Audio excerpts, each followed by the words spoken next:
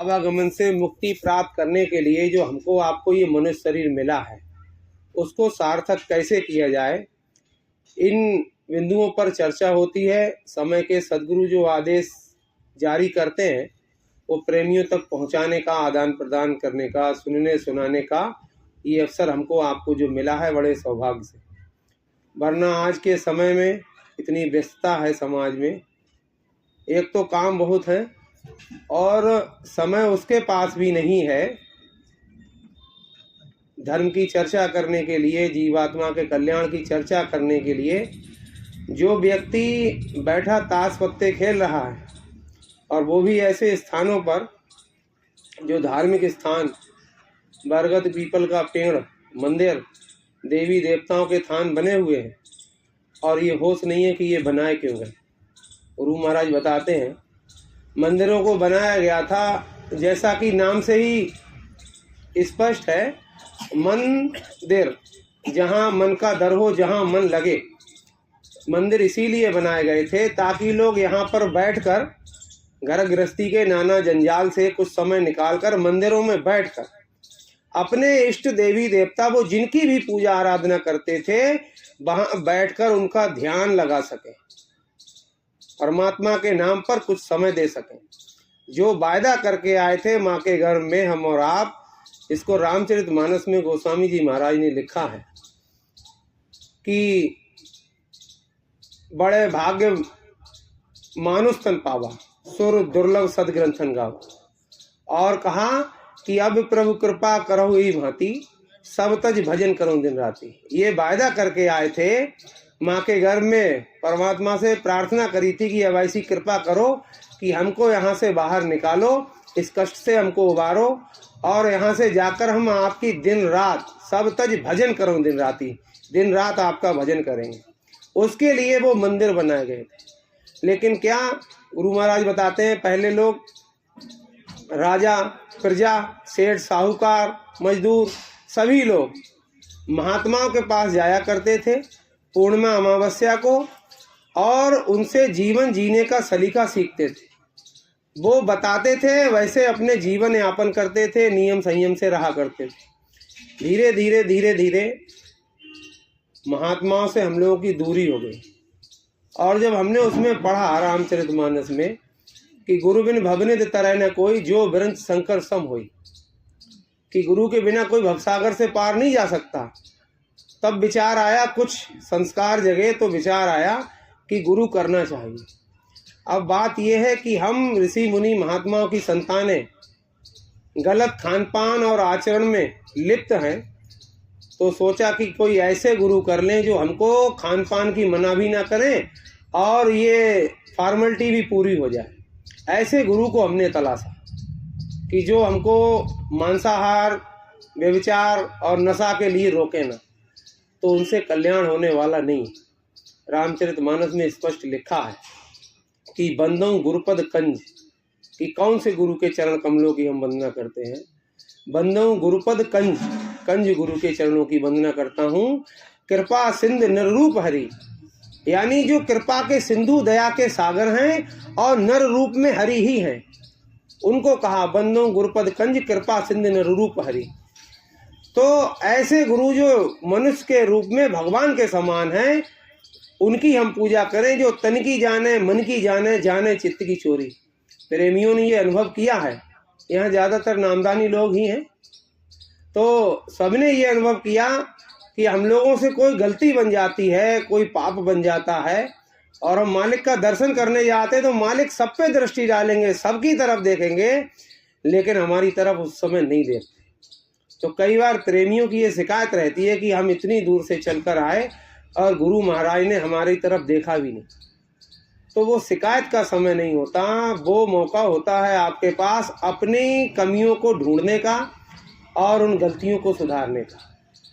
तो बड़े सौभाग्य से मनुष्य का शरीर मिला, इसी में बैठकर हम आप अपनी जीवात्मा का कल्याण कर सकते हैं समय के संत सदगुरु से वो रास्ता प्राप्त करने के बाद। जब तक नामदान वो नहीं मिलेगा, जिसको कहा कबीर साहब ने, 5 नाम का सुमिरन करे, कहे कबीर तब भव से तर। वो 5 नाम का नामदान बाबा जी देते हैं। गुरु महाराज ने दिया, वही कबीर साहब ने, नानक जी ने दिया। उसकी इतनी महिमा है जिसको बताया कि अब मीराबाई ने कहा कि पायो जी मैंने नाम रतन धन पायो, वस्तु अमोलक दई मेरे सतगुरु कर कृपा अपनायो। मीराबाई मेवाड़ की महारानी थी, उनके यहाँ हीरे जवाहरात की, सोना चांदी की कोई कमी नहीं थी, लेकिन उन्होंने कहा कि पायो जी मैंने नाम रतन धन पायो। वो नाम जो संत रविदास जी से उनको मिला उसको उन्होंने रतन बताया, और वस्तु अमोलक दई मेरे सतगुरु, अमोलक बताया उसको कि कृपा करके गुरु महाराज ने मुझको अपनाया। वो नामदान बाबा जी देते हैं, हमको आपको मिला। अब बात ये है, बाबा जी ने कहा कि परमार्थी सेवा, खुद बचो और लोगों को बचाओ। अकेले बचना नहीं है, हमको बचने वाला नहीं बनना है, आने वाले समय में मुसीबतों से बचाने वाला बनना है। उसके लिए गुरु महाराज ने बताया कोई भी संसारी गैर नामदानी व्यक्ति भी इस जय गुरुदेव नाम धुनी को बोलकर और मदद ले सकता है। 2 नाम होते हैं, एक वर्णात्मक एक ध्वन्यात्मक। वर्णात्मक जो वर्णन करने में आए, तो गुरु महाराज ने इस जय गुरुदेव नाम को जगाया और इसमें पावर भरी और बताया परीक्षा लेने के लिए कि कोई भी शाकाहारी सदाचारी नशामुक्त व्यक्ति मुसीबत के समय में इस जय गुरुदेव नाम से मदद ले सकता है। और बहुत से लोग, लाखों लोग इस जय गुरुदेव नाम से मदद ले रहे हैं। गुरु महाराज के लिए हम आप कहते हैं कि समर्थ संत सदगुरु दुख हरता बाबा उमाकांत जी महाराज।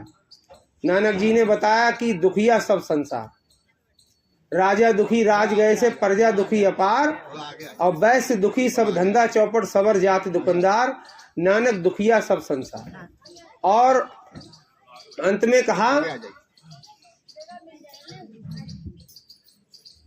में कहा कि दुखिया सब संसार, और कहा कि सुखी सोई जो नाम आधार।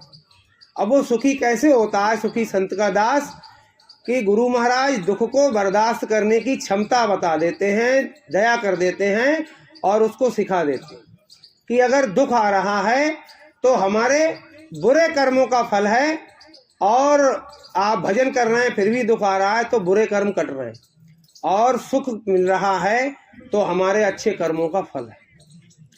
अब दुख इस दुनिया में हर व्यक्ति दुखी है, हर व्यक्ति दुखी है। महापुरुषों ने बताया दुख को दूर करने का, तमाम समस्याओं का समाधान बाबा जी ने बता दिया कि ये जय गुरुदेव नाम धुन, देश दुनिया की जो समस्याएं हैं उनमें आपको मदद मिलेगी जय गुरुदेव नाम धुन से।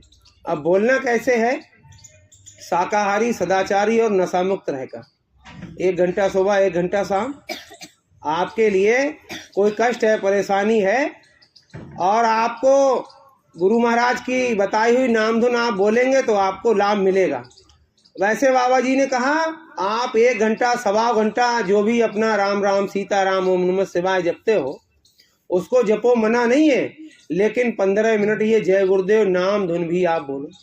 बहुत से लोग लाभ ले रहे हैं, तो जय गुरुदेव नाम धुन बोलें, क्योंकि हमारे शास्त्रों में भी ऐसा लिखा है, गुरुर ब्रह्मा गुरुर विष्णु गुरुर देवो महेश्वरा गुरु साक्षात परम ब्रह्म तस्मै श्री गुरुवे नमः। कि गुरु ब्रह्मा के समान है, गुरु विष्णु के समान है और गुरु शंकर के समान। रक्षा भी करते हैं, पालन भी करते हैं और वो संहार भी करते हैं। गुरु महाराज ने बताया कि शंकर जी दाता दयाल हैं, उनके नाम पर लोग नशा कर रहे हैं, शंकर जी ने कभी नशा नहीं किया। जब उन्होंने हलाहल विष पिया था तो उस विष का प्रभाव कम करने के लिए धन्वंतरी वैद्य ने, अभी बताया गुरु महाराज ने, धन्वंतरी वैद्य ने भांग और धतूरा पीसकर उनके सिर पर रखा ताकि उसका असर कम हो जाए। लेकिन अब लोगों ने वो प्रथा बना ली, जब एक पिएगा तो दूसरा भी पिएगा। जब तक भांग नहीं पिएंगे, धतूरा नहीं पिएंगे, उसको खाएंगे नहीं, तब तक शंकर जी के भक्त नहीं है। और गुरु महाराज बता रहे हैं शंकर जी के नाम पर नशा करके उनको बदनाम मत करो, क्योंकि शंकर जी दाता दयाल हैं। अगर आपने खुश कर लिए तो आपको इस दुनिया की सब चीजें आपको दिला देंगे, और नाराज हो गए तो तांडव करेंगे। गुरु महाराज ने बताया शंकर जी जब तांडव करेंगे तो कोई मीठी मीठी आवाज नहीं आएगी, ध्वनि नहीं होगी, वो जो आप समझते हो कि कीर्तन होगा, गाना बजेगा, बड़ी मधुर वाणी होगी। शंकर जी जब तांडव करते हैं, डमरू बजाएंगे, गुरु महाराज ने बताया वो चिंगारियां जहां गिरेंगी, जिस गांव पे जिस जगह पर गिरेंगी वहां नष्ट होता चला जाएगा। इसलिए देवी देवताओं के नाम पर हमको आपको कोई भी ऐसा काम नहीं करना है जो हमको हमारे धर्म को, हमारी संस्कृति को कलंकित करे। तो जय गुरुदेव नाम धुन आप सभी लोग बोल सकते हैं। गुरु महाराज ने कहा कि मांसाहारी लोग तक जय गुरुदेव नाम धुन बोल सकते हैं और उनके संस्कार जगेंगे। अब बात ये भी बताई गुरु महाराज ने कि आप सोचते हो बहुत से प्रेमी कि जय गुरुदेव नाम धुन से ही हमारी जीवात्मा का कल्याण हो जाएगा। पूज्य बाबा उमाकांत जी महाराज ने बताया कि जय गुरुदेव नाम धुन से आपकी जीवात्मा आवागमन से मुक्त नहीं होगी। दुनिया के जो दुख तकलीफ हैं, बीमारी, परेशानी, मुकदमाबाजी, घरों में बरकत न होना, लड़ाई झगड़ा, ये इच्छा पूर्ति आपकी हो जाएगी। लेकिन जीवात्मा के कल्याण के लिए वो 5 नाम का नामदान लेना ही होगा, जिसको बाबा जय गुरुदेव जी महाराज ने सन 2007 बसीरतगंज उन्नाव में महापुरुष जब जाने की मौज फरमाते हैं तो जाने से पहले किसी न किसी को वो पावर और वो आदेश देकर जाते हैं। बाबा जय गुरुदेव जी महाराज ने जाने से 5 वर्ष पहले लगभग बसीरतगंज उन्नाव में सन 2007 में इन्हीं बाबा उमाकांत जी महाराज को बताया कि इनको पहचान लो, अकेले में नहीं, एक बड़ी संगत के सामने। गुरु महाराज ने कहा इनको देख लो, ये उमाकांत तिवारी, नयों को नामदान देंगे, पुरानों की सवाल करेंगे और भूले बिछड़ों को बताएंगे, और जब ये जाने लगेंगे तो जिसको समझेंगे उसको बता देंगे, फिर नया पुरुष कोई, और संत मत में ऐसा ही चलता है। तो आज महाराज जी का प्रेमियों ने परीक्षा लिया। जैसे गुरु महाराज के पास जाते थे, हमारे लिए कोई कष्ट होता था तो गुरु महाराज के पास जाते थे, दया होती थी जब हम मांगते थे। हमारे सामने की बात है, एक नहीं कई प्रमाण है, हमारे पास नहीं। गुरु महाराज ने सत्संगियों से कहा कि आपको प्रचार में जाओ और सत्संग सुनाना नहीं आता तो जो आपके पास दया के अनुभव है वो लोगों को बता दो। अरे सत्संग तो बाबा जी सुनाते हैं, महापुरुष सुनाते हैं। हमारे आपके सत्संग सुनाने से क्या होता है, लोहे पर जो जंग लगी है उसको रेगमाल से साफ करने का काम भक्तों का सत्संग करता है। और जब वो लोहा साफ हो जाता है जंग रहित, तो महापुरुषों के पास जब जीव जाता है तो वो कंचन कर देते हैं उसको। जैसे पारस पत्थर से लोहा छू जाता है तो सोना बन जाता है। तो हमारा आपका सत्संग है, रेगमाल का काम करता है, और गुरु महाराज पारस पत्थर की तरह से सोना बना देते हैं। तो अब प्रेमियों को जोड़ने के लिए उनको बताना है कि दया कैसे मिल रही है। गुरु महाराज के पास, मथुरा की बात है, एक साथ सत्संगी के साथ गए थे, उनको पथरी थी, बहुत परेशान थे। गुरु महाराज के पास गए और बताया गुरु महाराज हमारे ऐसे ऐसे पथरी है और बहुत परेशान है। तो महापुरुष ज़्यादा बोलते नहीं है, वो तो दया करते हैं, चमत्कार भी नहीं करते, दया कर देते कि तेरी नज़रों में कोई करामात है, हर समय होती अमृत की बरसात है। गुरु महाराज ने उस प्रेमी की तरफ देखा और ऐसे इशारा कर दिया। भीड़ बहुत होती थी, दर्शन किए और अपनी बात कही और आगे बढ़ा दिया जाता था। वो प्रेमी हमारे साथ आए, मथुरा से कासगंज तक आराम से आ गए। उसके बाद उनके पेट में दर्द शुरू हुआ, कासगंज से बदायूं तक आ गए। बदायूं से जब बस पे बैठे, बदायूं से उसैद तक जाते जाते पूरी गाड़ी में इतने बेचैन बेले बेले घूम रहे थे, बहुत दर्द से करा रहे थे। और हमारे यहाँ पहुंचकर उन्होंने अपनी साइकिल उठाई अपने गांव जाने के लिए, और रास्ते में उनको दस्त हुआ। उस दस्त के बाद पथरी आई ही नहीं जब उन्होंने चेकअप कराया। तो ये क्या है, चमत्कार नहीं है, दया है। वो दया जो गुरु के दर्शन करने से, समय के समृद्ध संत सदगुरु का दर्शन करने मात्र से 20 से भी अधिक जन्मों के कर्म कटते हैं। गुरु महाराज ने कहा जो बीमारियां खान पान की बदपरहेजी से, मौसम की बदलाव से आती हैं वो तो दवा से ठीक हो जाती हैं, लेकिन जो कर्मों की वजह से आती हैं वो बीमारियां दवा से ठीक नहीं होती। तो गुरु महाराज का जब दर्शन किया, और दर्शन करने से 20 जन्मों के कर्म कटते हैं, 20 से भी अधिक जन्मों के कर्म कटते हैं एक बार में। वो जो बीमारी आई थी कर्म से आई थी, और कर्म जब कट गए तो बीमारी खत्म हो गई। चमत्कार नहीं करते बाबा जी, ऐसा नहीं है कि दवा की जरूरत नहीं है। आपको बुखार हो, जुखाम हो, अपनी दवा ले लो। बाबा जी के यहाँ भी आश्रम पर अस्पताल चलता है, बशर्ते वो निःशुल्क चलता है। सरकारी अस्पताल में फिर भी 1 रुपए की पर्ची बनती है मरीज की, तब उसको दवा मिलती है, लेकिन वहां 1 रुपया भी नहीं लगता, निःशुल्क। किसके नाम पर? बाबा उमाकांत जी महाराज के नाम पर नहीं, गुरु महाराज का नाम और काम आगे बढ़ाने के लिए बाबा जय गुरुदेव के नाम पर वो अस्पताल है। और महाराज जी एक ही नहीं, तमाम गरीबों को कंबल वितरण, टोपा, जर्सी, ऐसे तमाम। और देखो उदर पूर्ति अभियान के अंतर्गत कोरोना काल से प्रेमियों ने देखो शुरू किया, ऐसे ऐसे लोग जो कई दिनों से उनको भरपेट भोजन नहीं मिला था और प्रेमियों ने उनके लिए उपलब्ध कराया। तो चमत्कार नहीं करते बाबा जी, दया कर देते हैं। गुरु महाराज के समय के प्रमाण हम लोग गुरु महाराज के पास जाया करते थे। आपके सामने एक बात बताई, अब गुरु महाराज नहीं है। यही समस्या गुरु महाराज के गुरु भाई यानी कि चिरौली वाले दादा गुरु के शिष्यों ने, जब दादा गुरु ने जाने की मौज फरमाई तो उनके शिष्यों ने उनसे कहा कि गुरु महाराज आपने बताया है, बरस एकादश दरस न कीना ताको लागे दोष, अब कहे कबीरता दास का फिर कबहू न हो गए मोक्ष। गुरु महाराज आप तो शरीर छोड़ के जा रहे हैं और हमारी दिव्य दृष्टि खुली नहीं है, अब हम किसका दर्शन करेंगे, वो दोष कैसे कटेगा। तो दादा गुरु महाराज ने कहा, गुरु महाराज के लिए बताया कि मैं इनके वो पावर दिए जा रहा हूं जो मेरा सत्संग सुनने और दर्शन करने से तुमको लाभ मिलता था, वही लाभ इनका सत्संग सुनने से, इनके दर्शन करने से प्राप्त होगा। तो वहां भी विरोध हुआ तो गुरु महाराज ने उस स्थान को छोड़ दिया, क्योंकि महात्मा जमीन जायदाद से बंधे नहीं होते। वो जहाँ साधन भजन करते हैं वही स्थान पूजनीय होता है, ऐसा गुरु महाराज की शाकाहारी सदाचारी बालसंग पत्रिकाओं में भी लिखा है। अब गुरु महाराज की दया का अनुभव हमने आपने किया। गुरु महाराज के जाने के बाद दुनिया, जब तक जीवन है तब तक कुछ ना कुछ समस्याएं आती रहती हैं। हर प्रेमी के पास अपना अनुभव है। जो जाएगा आग के पास खड़ा होगा उसको तपन महसूस होगी, बर्फ पर हाथ रखेगा तब पता चलेगा कि कितना ठंडा है। वरना भाप तो गर्म पानी में से भी निकलती है और बर्फ से भी निकलती है, क्या पता ठंडा है गर्म। जब उसके पास जाओगे, स्पर्श करोगे तब पता चलेगा। 2012 से 18 तक हम भी गुरु महाराज समय के सदगुरु दुखड़ता बाबा उमाकांत जी महाराज की शरण में नहीं गए, लेकिन किसी ऐसी परेशानी में थे कि चिंता ऐसी डाकनी काट के ले जा खाए, और वैद्य बेचारा क्या करे, कब तक दवा लगाए। 65 किलो से 54 किलो वजन रह गया। अब मरता क्या न करता।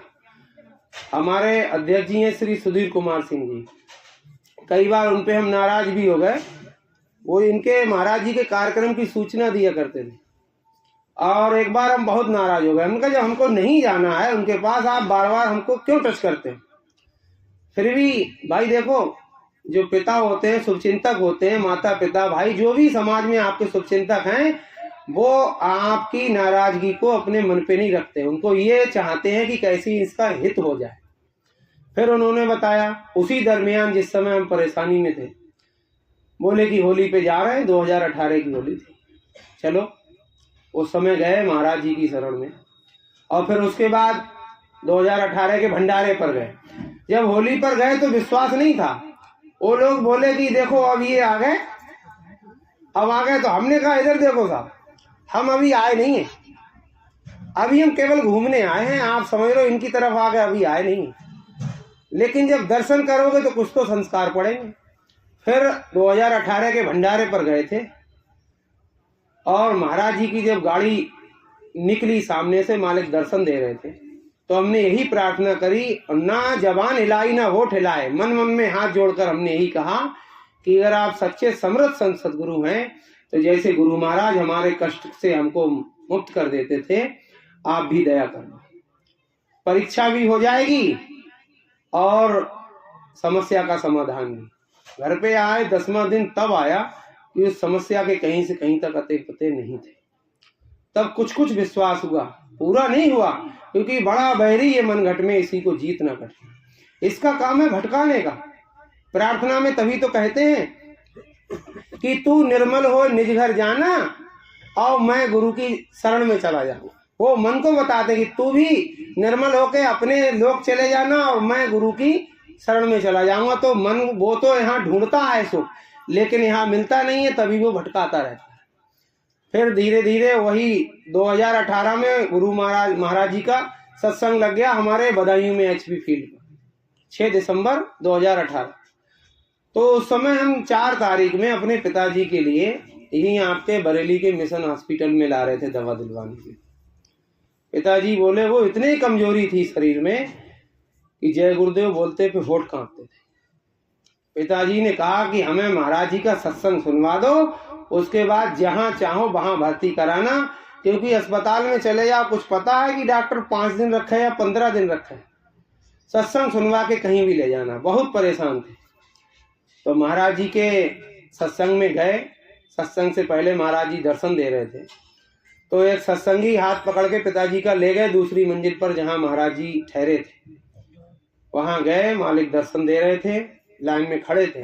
पिताजी के सामने जब मालिक आए, पिताजी ने कहा कि हुजूर हमारी गलतियों को माफ करो, या तो हमको ठीक करो या हमको साफ करो। महाराज जी ने ऊपर से नीचे, नीचे से ऊपर बोले कुछ नहीं, लेकिन वही ऐसी दया की नजर करी कि तेरी नजरों में कोई करामात है, हर समय होती अमृत की बरसात है।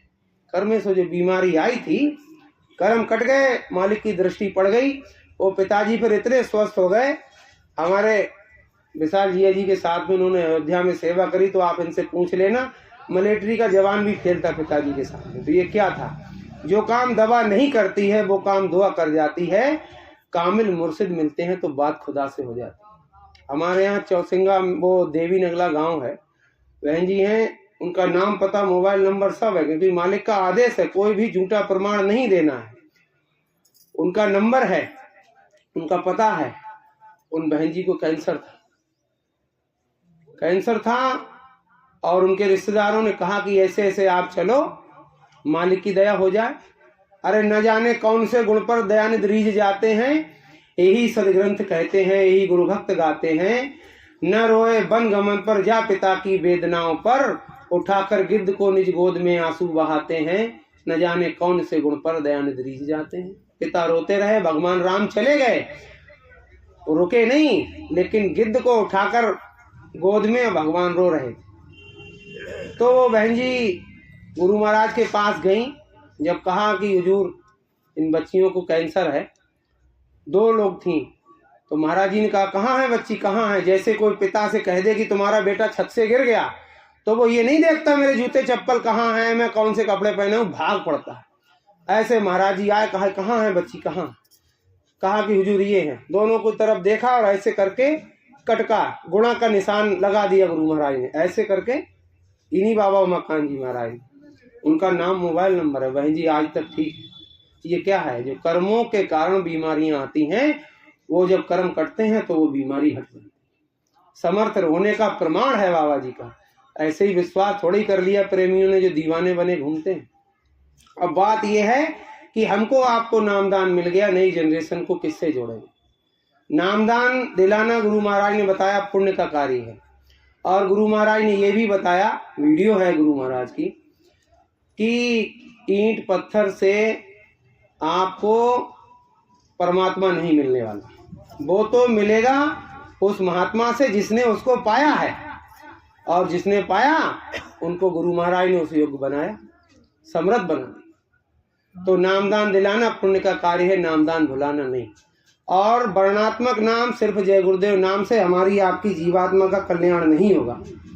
और महाराज जी ने देखो समय समय पर प्रेमियों को दया मिलती रहे, बैटरी चार्ज होती रहे, इसके लिए त्रयोदशी और पूर्णिमा पर महाराज जी ने कहा कि जो उज्जैन में आश्रम बना है, रेवाड़ी में गुरु महाराज का मंदिर बन रहा है, और महाराज जी ने कहा कि कोई भी सत्संगी गैर सत्संगी व्यक्ति जो इस स्थान पर आएगा, मत्था टेकेगा, प्रणाम करेगा इस मिट्टी को, वो यहाँ से खाली हाथ नहीं जाएगा, उसकी एक मनोकामना पूरी होगी, बशर्ते वो इस भूमि पर आजीवन शाकाहारी, नशा मुक्त और चरित्रवान रहने का संकल्प ले ले।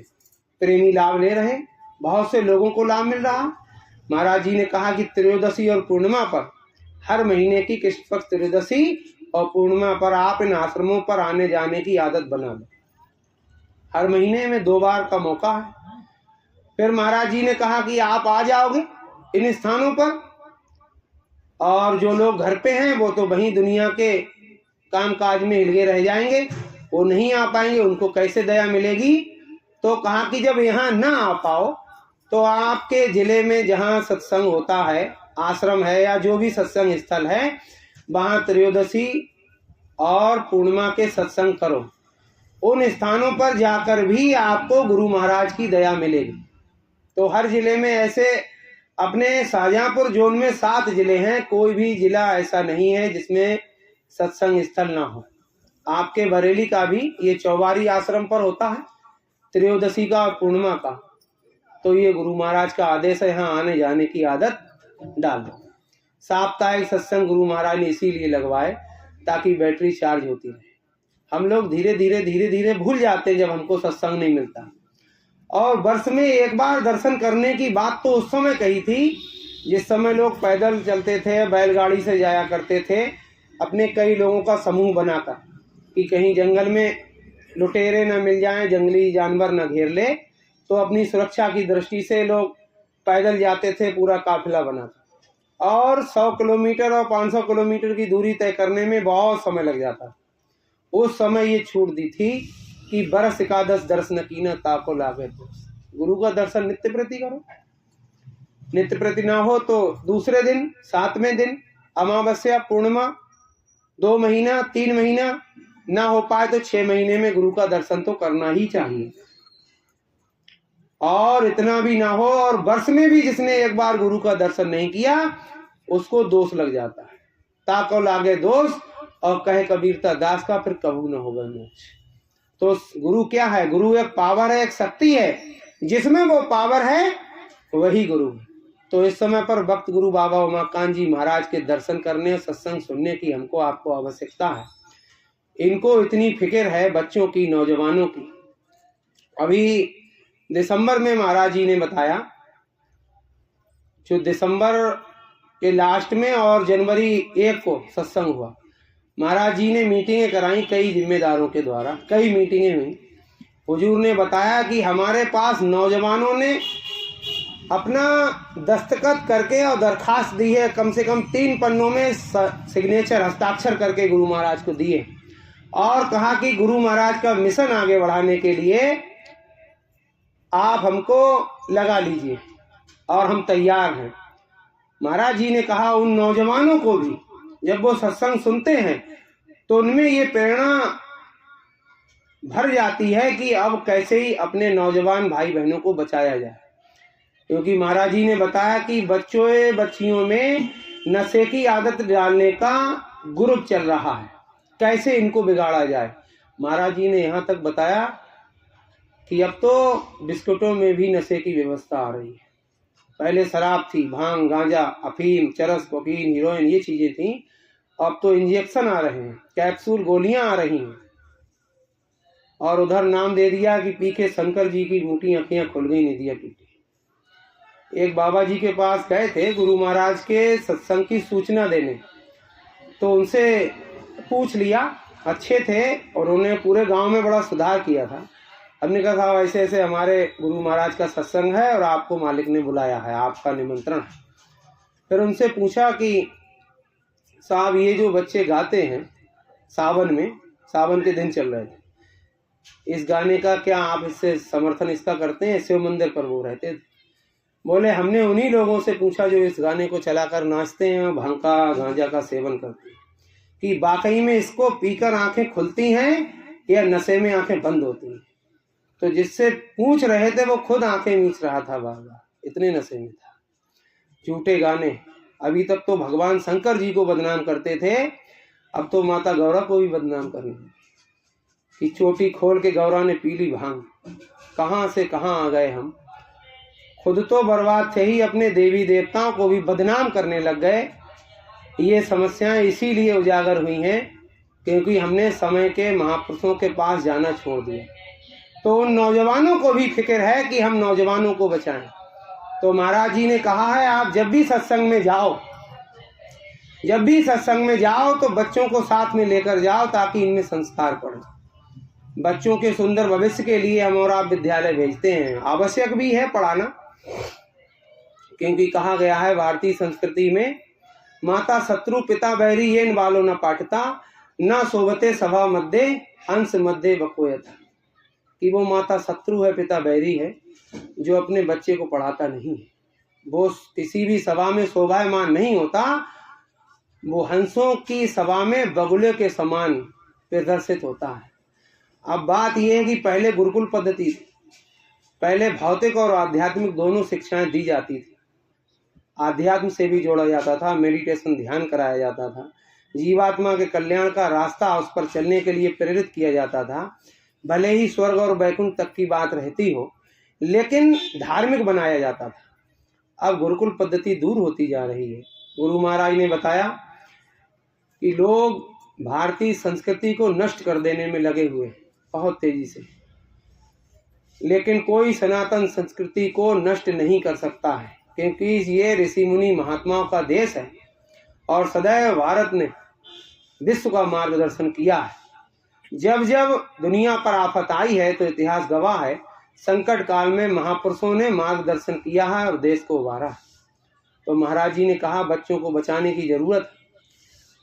आज का हालात ये है कि विद्यालयों में नाम तो है विश्वविद्यालय, लेकिन विद्या का जो श्लोक है, विद्या ददाति विनयम विनयादि याति पात्रताम पात्रित्वात् धर्माप्नोति धनात् धर्म तथा सुखम। ये सूत्र था विद्या का। विद्या से क्या मिलता था? विद्या ददाति विनयम, विद्या वही जो विनय सिखाए, विनम्रता आए जिसके अध्ययन से हमें। आज के युवा में विनम्रता कहाँ रही?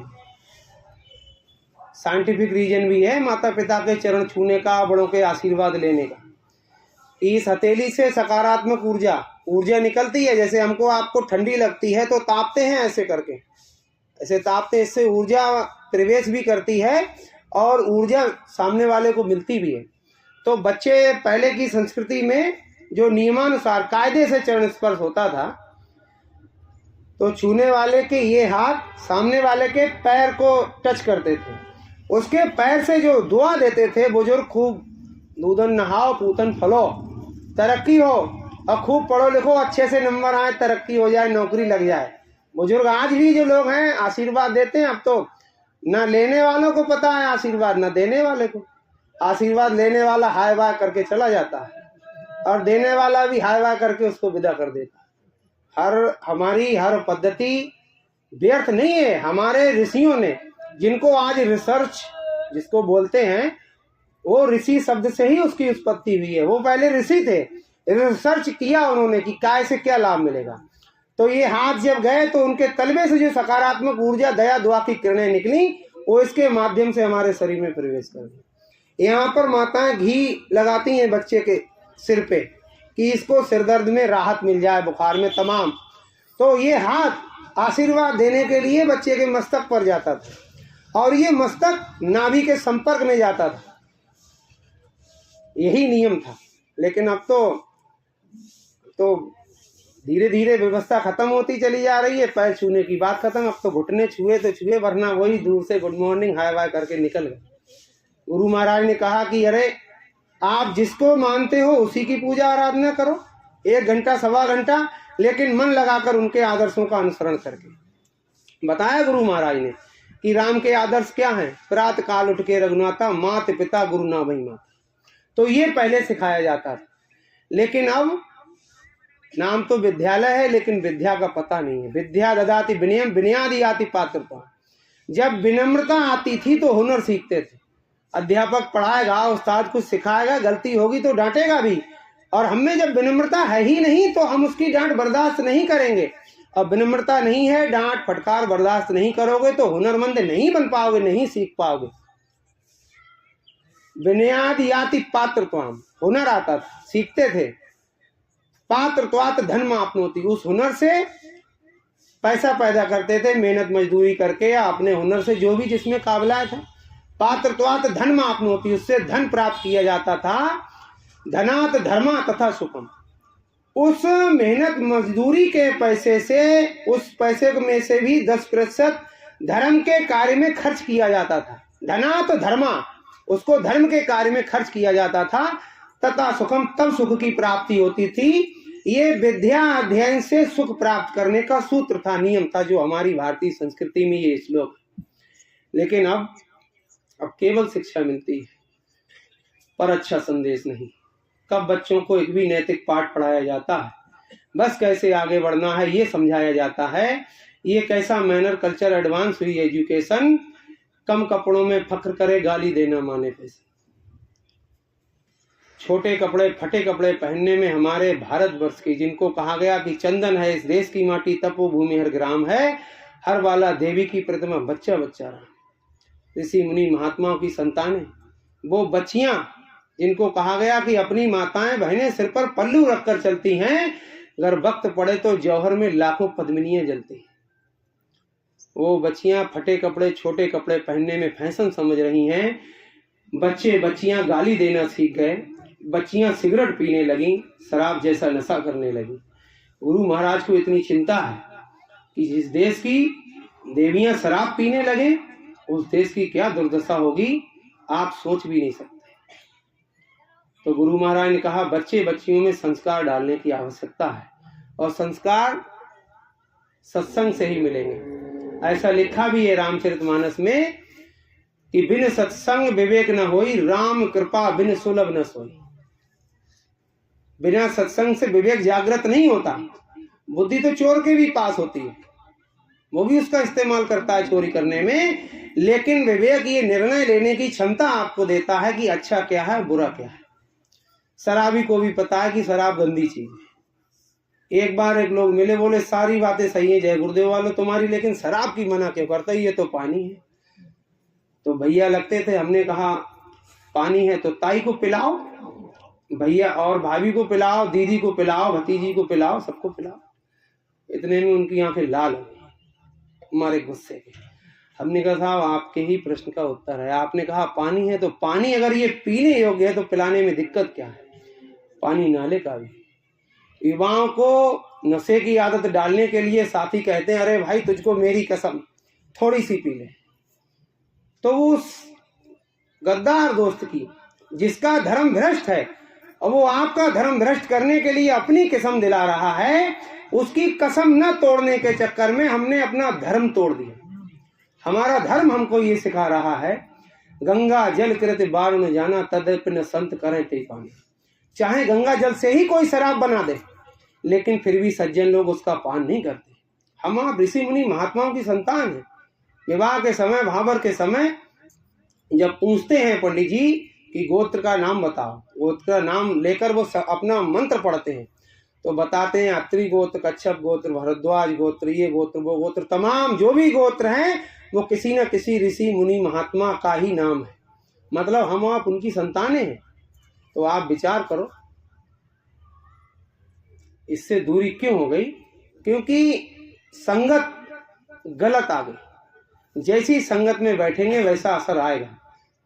या फिर चंदन की तरह महापुरुषों की शरण में जाकर जीव बन गया हो कि चंदन विष व्यापत नहीं लिपटे रहत भुजंग, उस पे जहर का प्रभाव नहीं होता।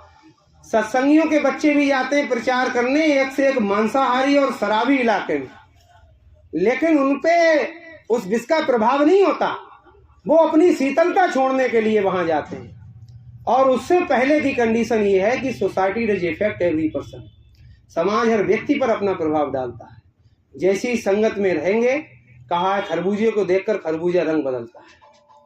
तो बच्चों को अच्छी संगत दिलाने के लिए संत महात्माओं के सत्संग में लाना आवश्यक है। जब बच्चे के उज्जवल भविष्य के लिए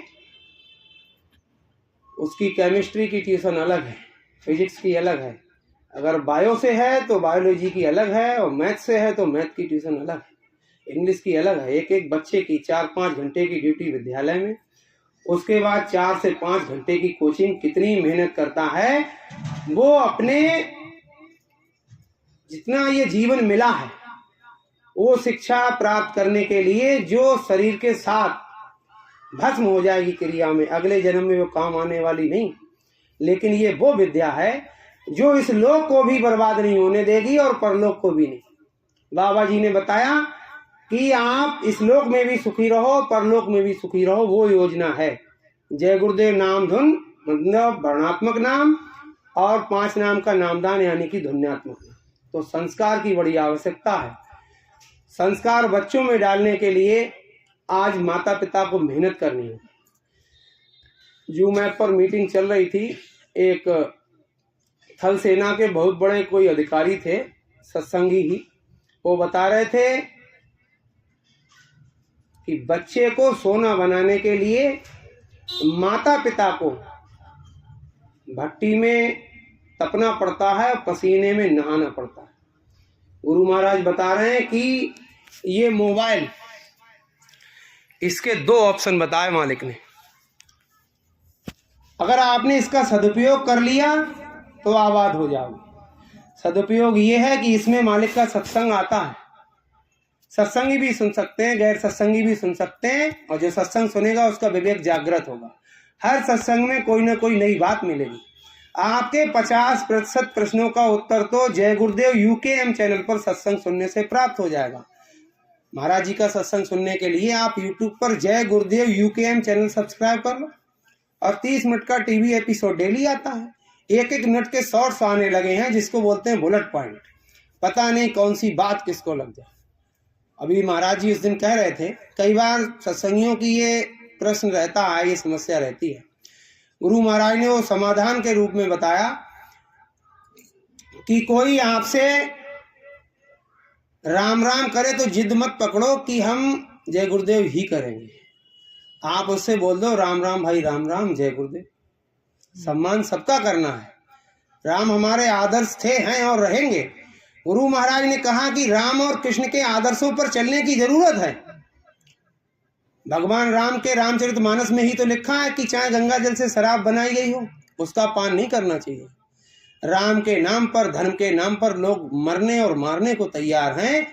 धर्म के नाम पर मरने मिटने को तैयार हैं, लेकिन धर्म को मानने को तैयार नहीं। धर्म ये कह रहा है, जननी सम जानो पर नारी धन पराय बिस्ते बिस्वारी, कि दूसरे की माँ बहन बेटी को अपनी माँ बहन बेटी की नजर से ही देखो, अपनी माँ के समान मानो, और दूसरे के धन को मिट्टी के ढेले के समान। 3 चीजें स्पष्ट हो गई। नशा मुक्त रहने के लिए हमारे धर्म ग्रंथ हमें बता रहे हैं, चरित्रवान रहने के लिए, ईमानदार रहने के लिए, शाकाहारी रहने के लिए हमारे धर्म ग्रंथ बता रहे हैं। मनुस्मृति के 5वें अध्याय के 51वें श्लोक में लिखा है, अनुमंता विशस्ता निहंता क्रय विक्रयी संस्कर्ता चो फरता चा खाद का शास्त्र घात का। बद के लिए पशु बेचने वाला, बद के लिए पशु खरीदने वाला, ये बातें इसलिए बताई जा रही हैं, हम और आप सतयुग के सिपाही हैं, भाई हो चाहे बहनें हो। और गुरु महाराज ने कहा है कि हमको बचने वाला नहीं, बचाने वाला बनना है। जब हम समाज में जाएंगे तो लोग पूछेंगे, ये जय गुरुदेव वाले नई बात ले आए, हमको तो किसी ने मना नहीं किया। कई बार अखंड पाठ हमारे गांव में हो गया। अखंड पाठ जो हुआ उन्हीं ग्रंथों में, जो भागवत गीता का पाठ हुआ उन्हीं पुस्तकों में ये बातें लिखी हैं। मनुस्मृति में जो अभी बात बोली वो बता रही है, उसका अर्थ है बद के लिए पशु बेचने वाला, बद के लिए पशु खरीदने वाला, पशु का वध करने वाला, उसका मांस बेचने वाला, मांस खरीदने वाला, उसको पकाने वाला, परोसने वाला, खाने वाला, 8 लोग बराबर के अपराधी हैं, बराबर पाप लगता है 8। ऐसा नहीं है कि हम जय गुरुदेव वाले हो गए तो हम ला के दे देंगे। गुरु महाराज कहते हैं कि आपने उसको पैसा दे दिया कि जा वो चीज़ ले आ, आप बराबर के भागीदार हो गए। मुसलमान भाई भी इसी बात को कहते हैं अपनी भाषा में, अपनी शैली में, औज बिल्लाहि मिनश शैतानिर रजीम, बिस्मिल्लाहिर रहमानिर रहीम, अल्हम्दुलिल्लाहि रब्बिल आलमीन, इन्न मिन अकबरिल असामीन, अन्नहु अयादिल मुस्तबीन लयगफिर लहू लहूम। कि गुनहगार का साथ देने वाला उससे भी बड़ा गुनहगार होता है, और गुनहगार का साथ देने वाले को अल्लाह कभी माफ नहीं करता। आपने किसी को शराब पिलाई नहीं, आपने उसको पैसे दे दिए कि ले इनकी जाकर पी ले, आप उससे बड़े गुनहगार हैं, ऐसा उनका धर्म कह रहा। यही बात हमारे लिए बताई जा रही है। गीता का कई बार अध्ययन हुआ, 7-7 दिन का अखंड पाठ बैठा, कहीं 7-7 दिन की भागवत बैठी। गीता का अध्ययन है। एक तो घरों में ग्रंथ लुप्त हो गए, कॉमिक्स रखी हैं, एक से एक अश्लील फूहड़ता की, मनोरंजन की पुस्तकें रखी हैं। अब तो पुस्तकें भी चली गई, अब तो ये मोबाइल आ गया। गुरु महाराज ने कहा कि बच्चों के चरित्र को गिराने का जखीरा है इसमें, सदुपयोग किया तो आबाद और दुरुपयोग किया तो बर्बाद।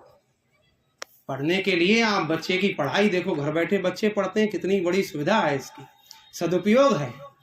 गुरु महाराज ने कहा जब ये लेकर दे दिए हैं लैपटॉप और ये मोबाइल, तो कभी कभी देख भी लिया करो कि ये बच्चे इसमें देखते क्या हैं, चेक कर लो।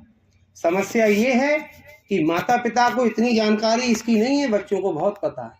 माता पिता को हिस्ट्री चेक करना आता ही नहीं है, और बच्चे को चेक करना भी आता है, डिलीट करना भी आता है।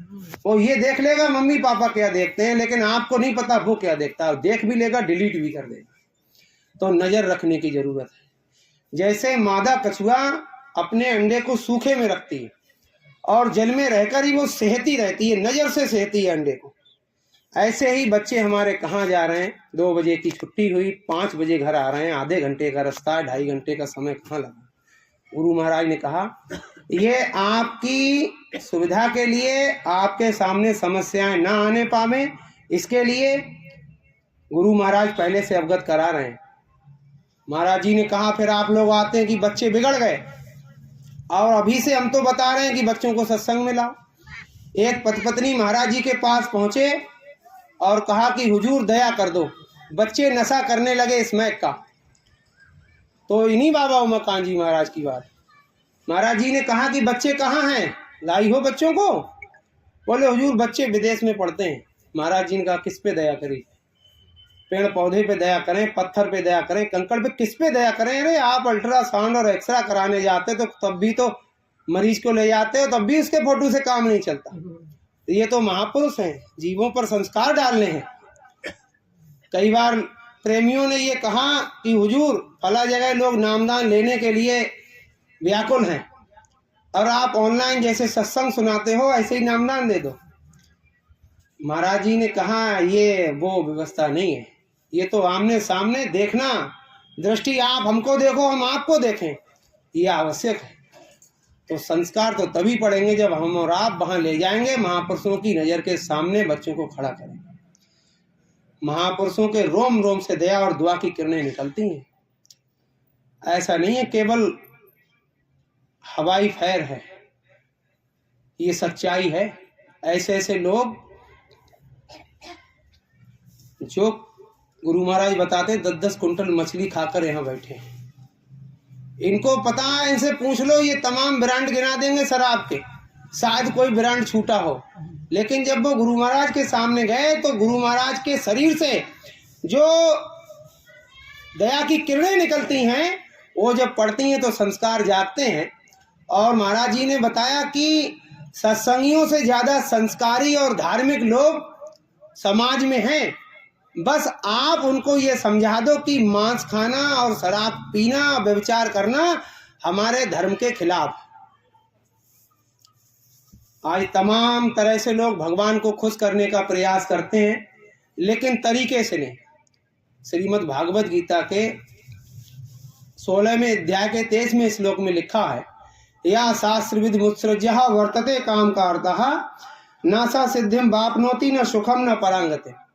जो व्यक्ति शास्त्र विधि को त्याग कर, उसका अर्थ है जो व्यक्ति शास्त्र विधि को त्याग कर मनमाने ढंग से आचरण करता है, उसको न सुख मिलता है, न सिद्धि मिलती है, न परम गति यानी कि मोक्ष मिलता है।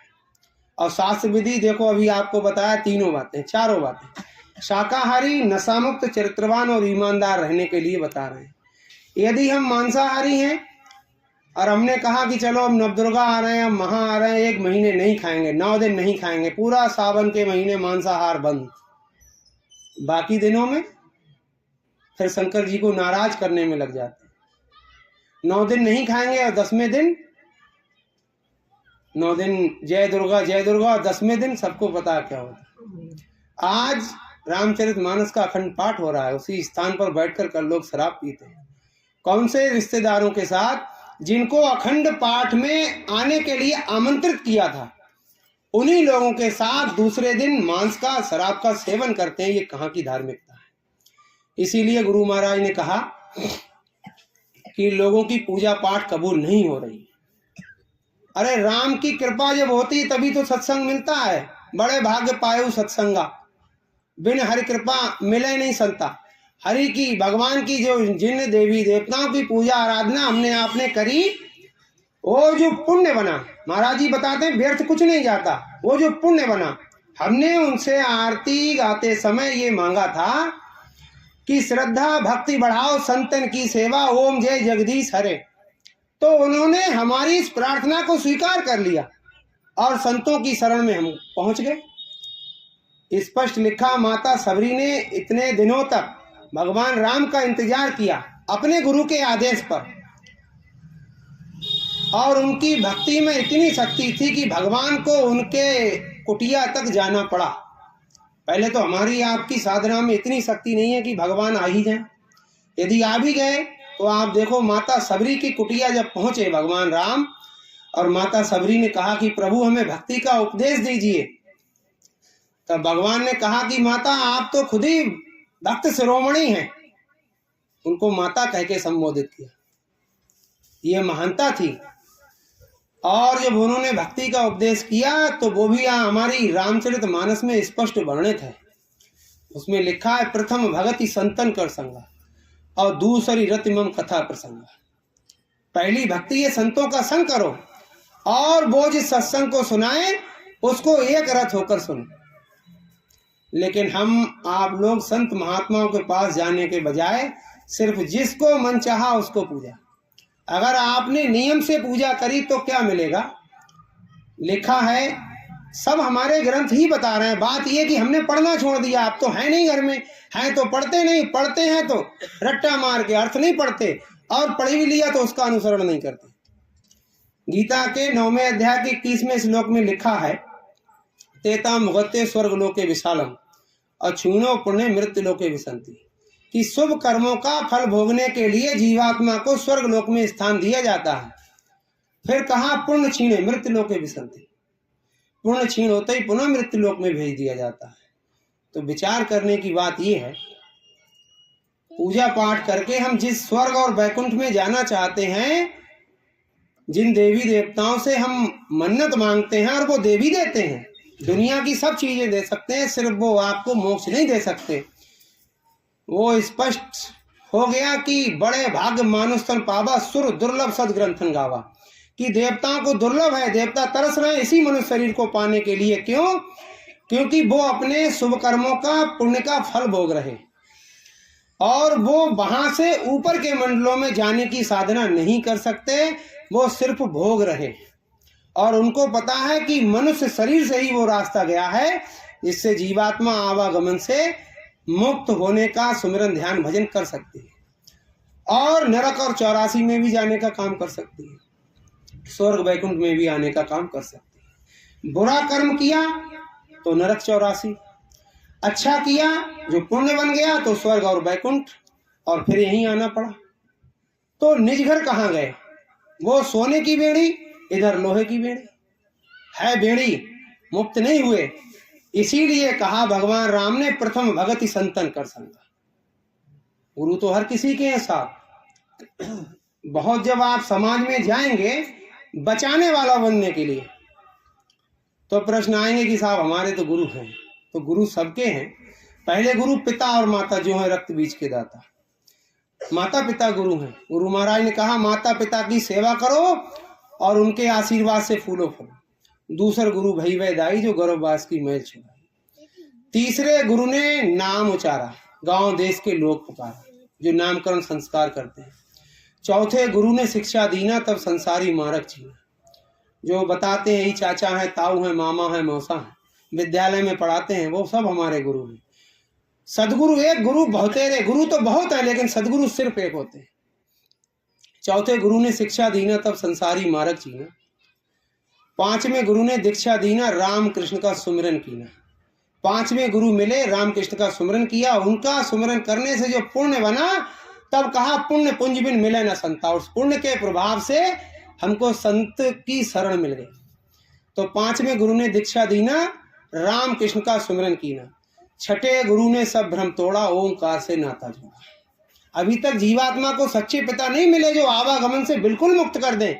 आना ही ना पड़े यहाँ वापस। यही हमारी संस्कृति का एक हिस्सा है। जब विवाह होता है तो भांवर जब माताएं गाती हैं तो पहली से छठी भांवर तक गाती हैं। अभी तो पहली भंवरिया रे, अभी तो बेटी बाबुल की, अभी पिता की है, और छठी भांवर तक गाती हैं। अलग अलग उनकी पंक्तियां होती हैं।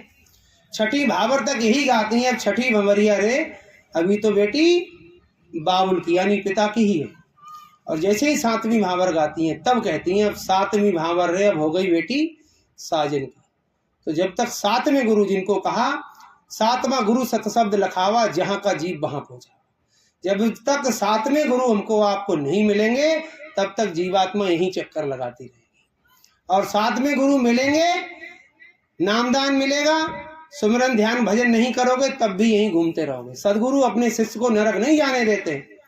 पहले नियम था कि पहले एक जन्म में गुरु करो, दूजे में पाओ नाम, और तीजे में भक्ति करो, चौथे में निधान। गुरु महाराज ने ऐसी व्यवस्था बना दी कि इसी जन्म में गुरु करो, इसी में पाओ नाम, और इसी में भक्ति करो, और इसी में निधान। ये नहीं बताया कि भक्ति नहीं करोगे निधान चले जाओगे। बाबा जी ने कहा कि सेत मेत में मिलने वाली चीज नहीं है। हंस हंस कंतना पाया, जिन पाया तिन रोए। जिसने पाया रोकर पाया, और हासे खेले पी मिले तो कौन दुहागिन। ये वही नामदान अमोलक दौलत है जो मीराबाई ने जिसका वर्णन किया। और एक बार मीराबाई गई थी, अपने जाती ही थी, सब वर्ष में एक बार जाना था क्योंकि वरना दोष लग जाता। ये इस चीज का प्रमाण है कि सदगुरु हमारे आपके धन के भूखे नहीं है, गाड़ी के बंगले के भूखे नहीं है, वो भाव के भूखे। उनके पास किसी चीज की कमी नहीं है। गुरु नहीं भूखा तेरे धन का, उनके पास धन है नाम रतन का। भूखे प्यासे को खिलवावे, पर तेरा उपकार करावे। अब देखो भंडारा जा रहा है, इसमें आपकी जो भी सेवा, चुटकी सेवा जाएगी। मौका किसके पास है? सिर्फ सत्संगियों के पास। गैर सत्संगी की सेवा जाती नहीं, ये नियम है। महाराज जी ने कहा गैर सत्संगी की सेवा नहीं लेनी है। उनसे कह दो कि आपकी भावना का सम्मान करते हैं और आप पहले गुरु महाराज का दर्शन करो, नामदान लो, भजन करो, फिर आप सेवा देना। बाबा जी धन के भूखे नहीं है। मीराबाई गई, उन्होंने देखा कि हमारे संत रविदास, गुरु रविदास जी की झोपड़ी टूटी फूटी है। तो अगली बार उन्होंने सोचा जब आएंगे तो कुछ लेकर आएंगे, गुरु महाराज को दे देंगे हीरा जवाहरात, और उससे गुरु महाराज बढ़िया सी हवेली बनवा लेंगे, बढ़िया सा महल। मीराबाई आई और झोली में भर के लाई। मेवाड़ की महारानी थी, कुछ कमी नहीं थी उनके पास। गई और कहा गुरु महाराज ये भेंट स्वीकार करो और इससे अच्छा सा एक भवन बनवा लेना। संत रविदास जी ने कहा ठीक है। महात्मा किसी की भावना को ठेस नहीं पहुंचाते, लेकिन धीरे धीरे समझा देते। वो चली गई, अगली बार फिर आई, उन्होंने देखा गुरुजी उसी टूटी झोपड़ी में। अब तो वो और जर्जर हो चुकी थी 2-4 महीने में। कहा कि गुरु महाराज हम इतना वो देकर गए थे सेवा, आपने झोपड़ी अभी तक झोपड़ी ही है। संत रविदास जी ने छड़ी उठाई और उसी टूटी झोपड़ी में मार दी। वहां हीरे मोती का ढेर लग गया। उन्होंने कहा कि मीरा, महात्माओं के पास किसी चीज की कमी नहीं होती है, वो जब चाहे जितना चाहे आवश्यकता पड़ने से पहले मिल जाता है। ऐसे ही प्रमाण हमारे आपके सामने देखो। अभी महाराज जी मंदिर बनवा रहे हैं और मंदिर की शुरुआत होने से पहले महाराज जी ने एक गोष्ठी में कहा कि ये जिम्मेदारी कौन लेगा। तो काफी जिम्मेदार और बड़े बड़े भामाशाह सेठ बैठे थे। एक सेठ खड़े हो गए और बोले हुजूर। महाराज जी ने कहा कि कौन बनवाएगा, कौन जिम्मेदारी लेगा। बोला हुजूर आपकी दया हो और आपका आदेश हो तो मंदिर बनवा देंगे। महाराज जी ने कहा कि तुमको पता है कम पैसों से नहीं बनेगा, कितना पैसा लगा दोगे। बोला हुजूर 100 खोखा 200 खोखा जितना लग जाए। 1 करोड़ रुपए को 1 खोखा बोलते हैं। उसने 100-200 करोड़ की बात कही थी। तब महाराज जी ने कहा, जिम्मेदारों की तरफ देखते हुए कहा कि ये किसी की गरीबी दूर नहीं होने देगा। कहा भाई बैठ जा, ये मंदिर उन लोगों की सेवा से बनेगा जिनकी गरीबी दूर करनी है। तो पहले से महाराजा जो 200 करोड़ लगाने को तैयार, उसके पास क्या कमी है। और गुरु किसी का कर्जा रखते नहीं, 1 का 10 तो क्लियर है। और मौज में हो तो जितना आवश्यकता आपको उतना दे दें। महाराज जी ने कहा ये मंदिर बन रहा है, इसमें जब बन जाएगा तब आपको क्या मिलेगा वो अभी नहीं बताएंगे। इतना है कि अभी यहाँ से कोई आवागमन से मुक्ति प्राप्त करने के लिए जो हमको आपको ये मनुष्य शरीर मिला है उसको सार्थक कैसे किया जाए, इन बिंदुओं पर चर्चा होती है। समय के सद्गुरु जो आदेश जारी करते हैं वो प्रेमियों तक पहुंचाने का, आदान प्रदान करने का, सुनने सुनाने का ये अवसर हमको आपको जो मिला है बड़े सौभाग्य से। वरना आज के समय में इतनी व्यस्तता है समाज में, एक तो काम बहुत है और समय उसके पास भी नहीं है धर्म की चर्चा करने के लिए, जीवात्मा के कल्याण की चर्चा करने के लिए। जो व्यक्ति बैठा ताश पत्ते खेल रहा है और वो भी ऐसे स्थानों पर जो धार्मिक स्थान, बरगद पीपल का पेड़, मंदिर, देवी देवताओं के थान बने हुए हैं और ये होश नहीं है कि ये बनाए क्यों गए। गुरु महाराज बताते हैं मंदिरों को बनाया गया था जैसा कि नाम से ही स्पष्ट है, मंदिर, जहाँ मन का दर हो, जहाँ मन लगे। मंदिर इसीलिए बनाए गए थे ताकि लोग यहाँ पर बैठकर घर गृहस्थी के नाना जंजाल से कुछ समय निकालकर मंदिरों में बैठकर अपने इष्ट देवी देवता, वो जिनकी भी पूजा आराधना करते थे, वहाँ बैठकर उनका ध्यान लगा सके, परमात्मा के नाम पर कुछ समय दे सकें। जो वायदा करके आए थे माँ के घर में हम और आप, इसको रामचरितमानस में गोस्वामी जी महाराज ने लिखा है कि बड़े भाग्य मानुष तन पावा, सुर दुर्लभ सदग्रंथन गावा। और कहा कि अब प्रभु कृपा करो ही भांति, सब तज भजन करो दिन राती। ये वायदा करके आए थे माँ के घर में, परमात्मा से प्रार्थना करी थी कि अब ऐसी कृपा करो कि हमको यहाँ से बाहर निकालो, इस कष्ट से हमको उबारो और यहाँ से जाकर हम आपकी दिन रात सब तज भजन करो दिन राती, दिन रात आपका भजन करेंगे। उसके लिए वो मंदिर बनाए गए थे। लेकिन क्या गुरु महाराज बताते हैं, पहले लोग राजा, प्रजा, सेठ, साहूकार, मजदूर सभी लोग महात्माओं के पास जाया करते थे पूर्णिमा अमावस्या को और उनसे जीवन जीने का सलीका सीखते थे। वो बताते थे, वैसे अपने जीवन यापन करते थे, नियम संयम से रहा करते थे। धीरे धीरे धीरे धीरे महात्माओं से हम लोगों की दूरी हो गई। और जब हमने उसमें पढ़ा रामचरितमानस में कि गुरु बिन भवने तरह न कोई, जो विरंच शंकर सम होई, कि गुरु के बिना कोई भवसागर से पार नहीं जा सकता। तब विचार आया, कुछ संस्कार जगे तो विचार आया कि गुरु करना चाहिए। अब बात यह है कि हम ऋषि मुनि महात्माओं की संतानें गलत खान पान और आचरण में लिप्त हैं, तो सोचा कि कोई ऐसे गुरु कर लें जो हमको खान पान की मना भी ना करें और ये फॉर्मेलिटी भी पूरी हो जाए। ऐसे गुरु को हमने तलाशा कि जो हमको मांसाहार, व्यभिचार और नशा के लिए रोके ना, तो उनसे कल्याण होने वाला नहीं। रामचरितमानस में स्पष्ट लिखा है कि बंदों गुरुपद कंज, कि कौन से गुरु के चरण कमलों की हम वंदना करते हैं। बंदों गुरुपद कंज, कंज गुरु के चरणों की वंदना करता हूँ। कृपा सिंध नररूप हरि, यानी जो कृपा के सिंधु, दया के सागर हैं और नर रूप में हरि ही हैं, उनको कहा बंदों गुरुपद कंज, कृपा सिंध नररूप हरि। तो ऐसे गुरु जो मनुष्य के रूप में भगवान के समान हैं, उनकी हम पूजा करें, जो तन की जाने, मन की जाने, जाने चित्त की चोरी।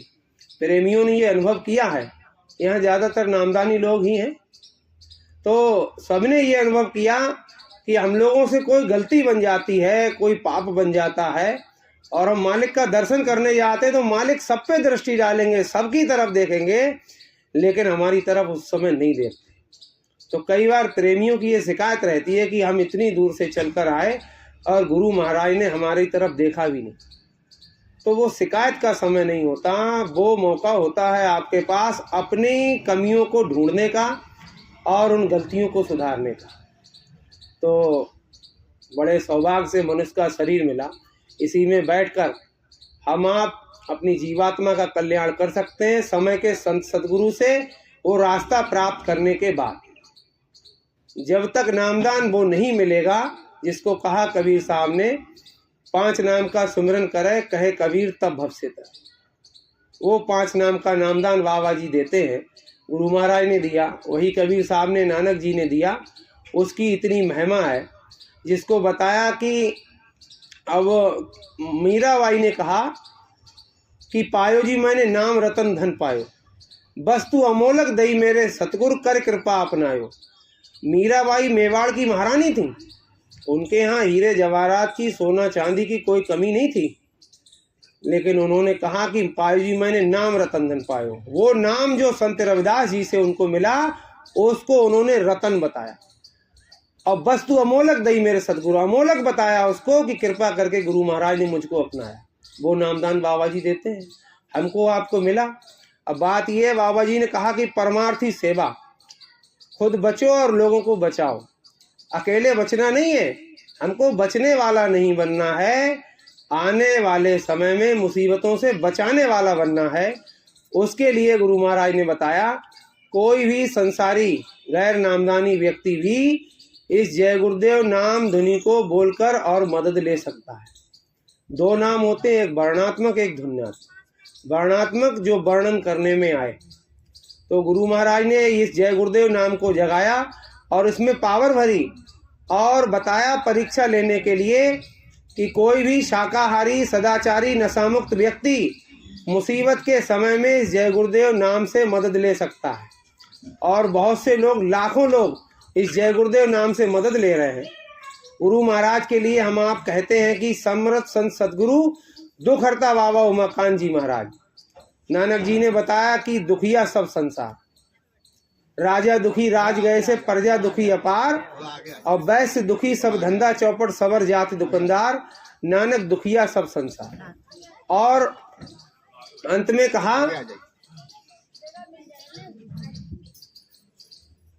कहा कि दुखिया सब संसार, और कहा कि सुखी सोई जो नाम आधार।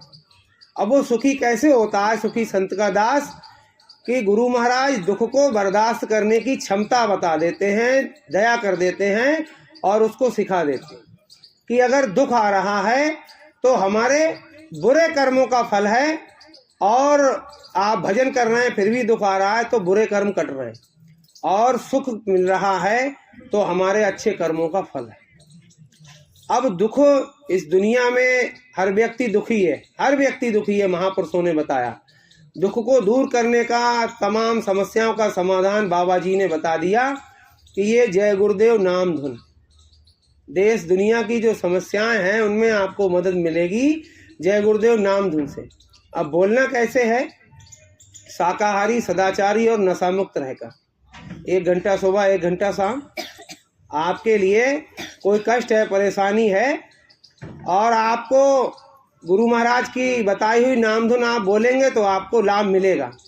वैसे बाबा जी ने कहा आप 1 घंटा 1.25 घंटा जो भी अपना राम राम सीता राम ओम नमः शिवाय जपते हो उसको जपो, मना नहीं है, लेकिन 15 मिनट ये जय गुरुदेव नाम धुन भी आप बोलो। बहुत से लोग लाभ ले रहे हैं, तो जय गुरुदेव नाम धुन बोलें, क्योंकि हमारे शास्त्रों में भी ऐसा लिखा है, गुरुर ब्रह्मा गुरुर विष्णु गुरुर देवो महेश्वरा गुरु साक्षात परम ब्रह्म तस्मै श्री गुरुवे नमः। कि गुरु ब्रह्मा के समान है, गुरु विष्णु के समान है और गुरु शंकर के समान। रक्षा भी करते हैं, पालन भी करते हैं और वो संहार भी करते हैं। गुरु महाराज ने बताया कि शंकर जी दाता दयाल हैं, उनके नाम पर लोग नशा कर रहे हैं। शंकर जी ने कभी नशा नहीं किया। जब उन्होंने हलाहल विष पिया था तो उस विष का प्रभाव कम करने के लिए धन्वंतरी वैद्य ने, अभी बताया गुरु महाराज ने, धन्वंतरी वैद्य ने भांग और धतूरा पीसकर उनके सिर पर रखा ताकि उसका असर कम हो जाए। लेकिन अब लोगों ने वो प्रथा बना ली, जब एक पिएगा तो दूसरा भी पिएगा।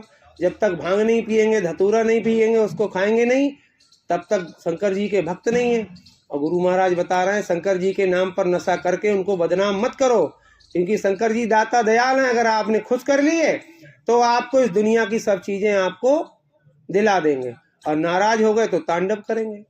गुरु महाराज ने बताया शंकर जी जब तांडव करेंगे तो कोई मीठी मीठी आवाज नहीं आएगी, ध्वनि नहीं होगी वो जो आप समझते हो कि कीर्तन होगा, गाना बजेगा, बड़ी मधुर वाणी होगी।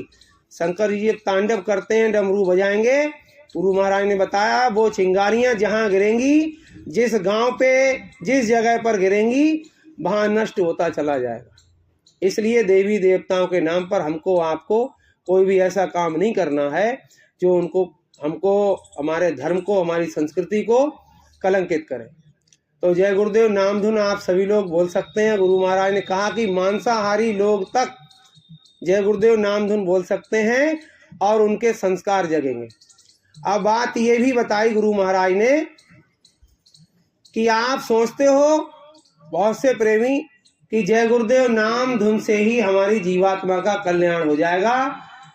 पूज्य बाबा उमाकांत जी महाराज ने बताया कि जय गुरुदेव नाम धुन से आपकी जीवात्मा आवागमन से मुक्त नहीं होगी।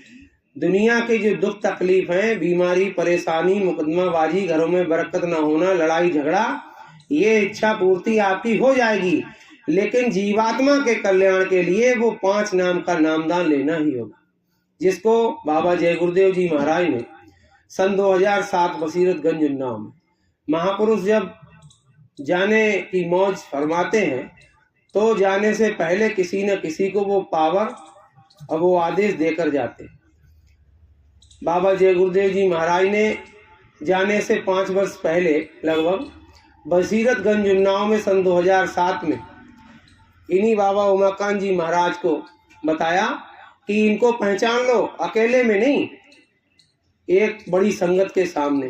गुरु महाराज ने कहा इनको देख लो, ये उमाकांत तिवारी, नयों को नामदान देंगे, पुरानों की सवाल करेंगे और भूले बिछड़ों को बताएंगे, और जब ये जाने लगेंगे तो जिसको समझेंगे उसको बता देंगे, फिर नया पुरुष कोई, और संत मत में ऐसा ही चलता है। तो आज महाराज जी का प्रेमियों ने परीक्षा लिया। जैसे गुरु महाराज के पास जाते थे, हमारे लिए कोई कष्ट होता था तो गुरु महाराज के पास जाते थे, दया होती थी जब हम मांगते थे। हमारे सामने की बात है, एक नहीं कई प्रमाण है, हमारे पास नहीं। गुरु महाराज ने सत्संगियों से कहा कि आपको प्रचार में जाओ और सत्संग सुनाना नहीं आता तो जो आपके पास दया के अनुभव है वो लोगों को बता दो। अरे सत्संग तो बाबा जी सुनाते हैं, महापुरुष सुनाते हैं। हमारे आपके सत्संग सुनाने से क्या होता है, लोहे पर जो जंग लगी है उसको रेगमाल से साफ करने का काम भक्तों का सत्संग करता है। और जब वो लोहा साफ हो जाता है जंग रहित, तो महापुरुषों के पास जब जीव जाता है तो वो कंचन कर देते हैं उसको। जैसे पारस पत्थर से लोहा छू जाता है तो सोना बन जाता है। तो हमारा आपका सत्संग है, रेगमाल का काम करता है, और गुरु महाराज पारस पत्थर की तरह से सोना बना देते हैं। तो अब प्रेमियों को जोड़ने के लिए उनको बताना है कि दया कैसे मिल रही है। गुरु महाराज के पास, मथुरा की बात है, एक साथ सत्संगी के साथ गए थे, उनको पथरी थी, बहुत परेशान थे। गुरु महाराज के पास गए और बताया गुरु महाराज हमारे ऐसे ऐसे पथरी है और बहुत परेशान है। तो महापुरुष ज्यादा बोलते नहीं है, वो तो दया करते हैं, चमत्कार भी नहीं करते, दया कर देते कि तेरी नजरों में कोई करामात है, हर समय होती अमृत की बरसात है। गुरु महाराज ने उस प्रेमी की तरफ देखा और ऐसे इशारा कर दिया। भीड़ बहुत होती थी, दर्शन किए और अपनी बात कही और आगे बढ़ा दिया जाता था। वो प्रेमी हमारे साथ आए, मथुरा से कासगंज तक आराम से आ गए। उसके बाद उनके पेट में दर्द शुरू हुआ, कासगंज से बदायूं तक आ गए। बदायूं से जब बस पे बैठे, बदायूं से उसैद तक जाते जाते पूरी गाड़ी में इतने बेचैन बेले बेले घूम रहे थे, बहुत दर्द से करा रहे थे। और हमारे यहाँ पहुंचकर उन्होंने अपनी साइकिल उठाई अपने गांव जाने के लिए, और रास्ते में उनको दस्त हुआ। उस दस्त के बाद पथरी आई ही नहीं जब उन्होंने चेकअप कराया। तो ये क्या है, चमत्कार नहीं है, दया है।